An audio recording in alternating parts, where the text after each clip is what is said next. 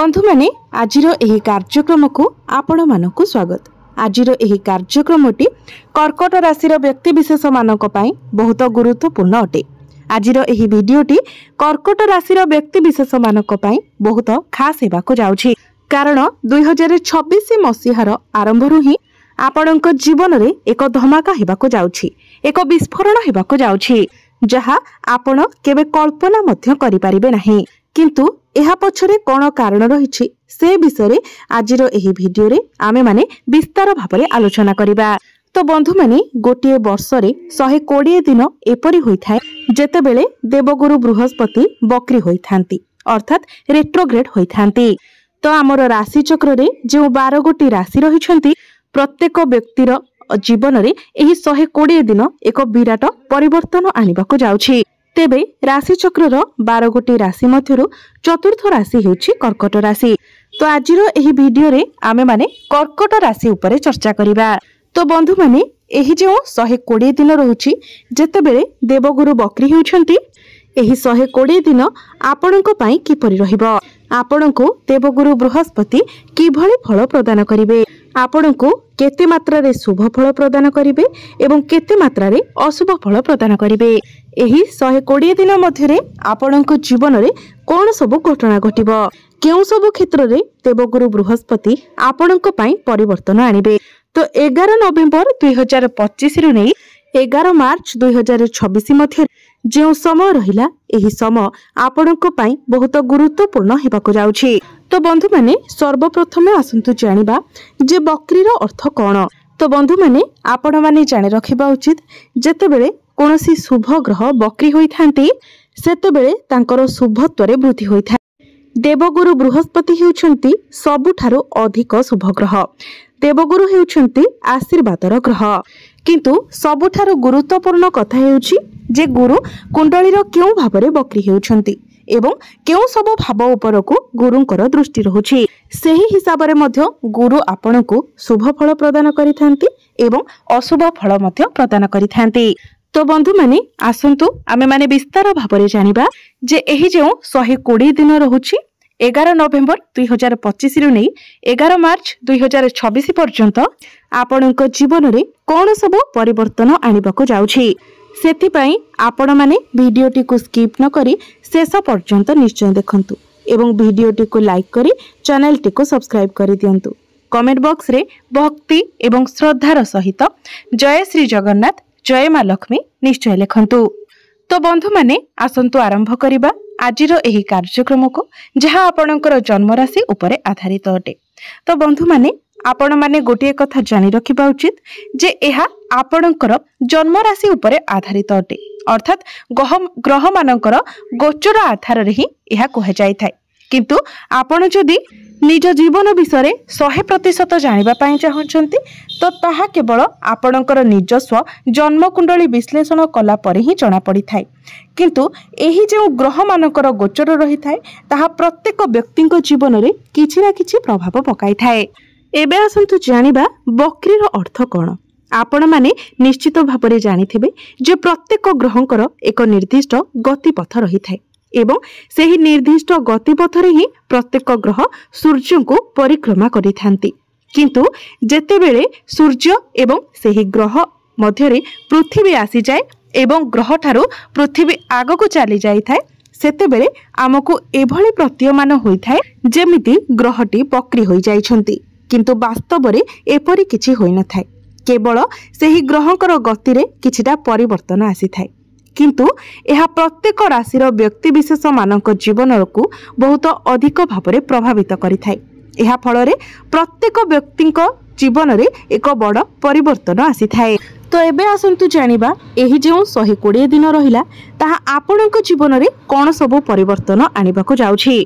तेबे बंधु माने गुरु आपणक राशि रे ही अर्थात आपणकर प्रथम भाव रे ही बक्री हेउछंती। गुरु जो भाव में बक्री होइथांती सेही भाव सह जड़ित कार्य गुड़ी को पूरा करिथांती, सेही भाव सह जड़ित इच्छा गुड़ी को मध्य गुरु पूर्ण करिथांती।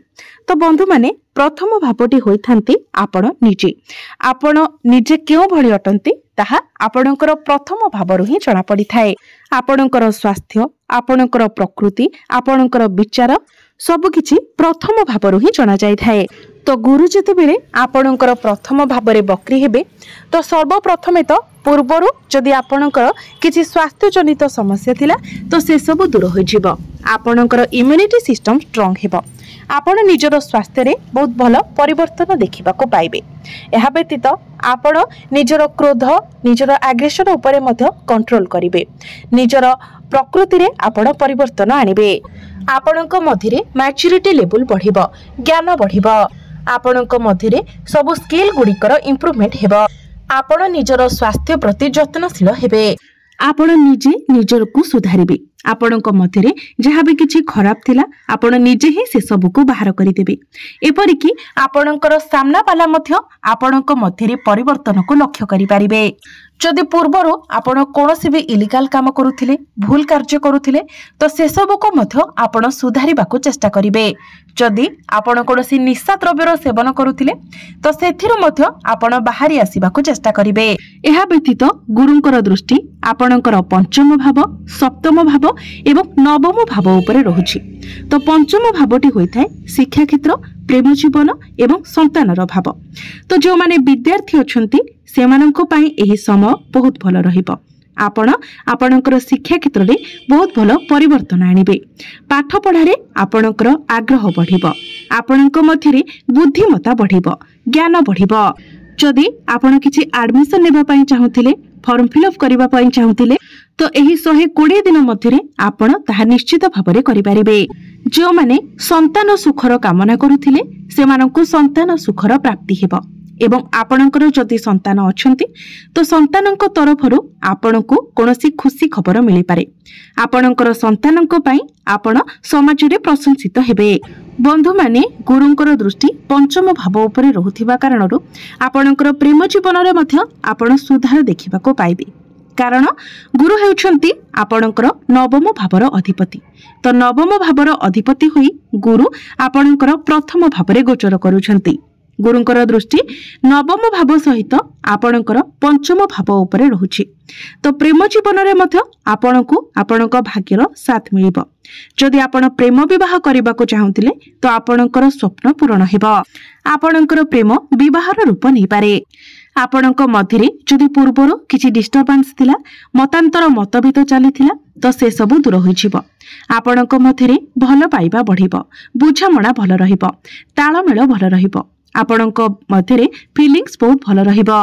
गुरुंकर दृष्टि आपणकर सप्तम भाव उपरे रहुछि। सप्तम भावटी होइथाय वैवाहिक जीवनर भाव, डेली इनकम रो भाव, पार्टनरशिप रो भाव। तो आपणकर वैवाहिक जीवन मध्य बहुत भल रहिबो। जो मानकर विवाह बयस होई जायथिले मध्य विवाह होई पारु नथिला तो आपणक घर को विवाह प्रस्ताव आसीबो एवं आपणकर विवाह मध्य स्थिर होइछिबो। एवं जदि पूर्वरु आपणकर वैवाहिक जीवन रे कोनोसी प्रकारर समस्या लागि रहिथिला तो ताहा मध्य समाधान होइछिबो। आपणक मध्यरे भल पाइबा बढ़िबो, बुझामणा भल रहिबो। आपण दुई जण मिसे किछि फैमिली प्लानिंग करि पारंती। एही समय आपण एपरि किछि कार्य करि पारंती जेउथिरे आपणकर डेली इनकम बढ़िबो।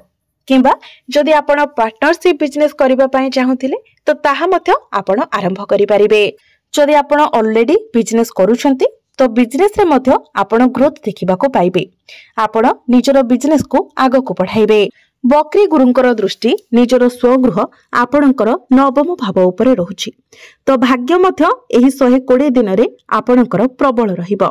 आपण जेउ भी कार्य रे हाथ देबे सेथिरे आपणको सफलता मिलिबो। तो भाग्य संबंधित आपण जे कोनोसी कार्य करिबा पई चाहुचंती ता निश्चित भाबरे आपण करि पारिबे।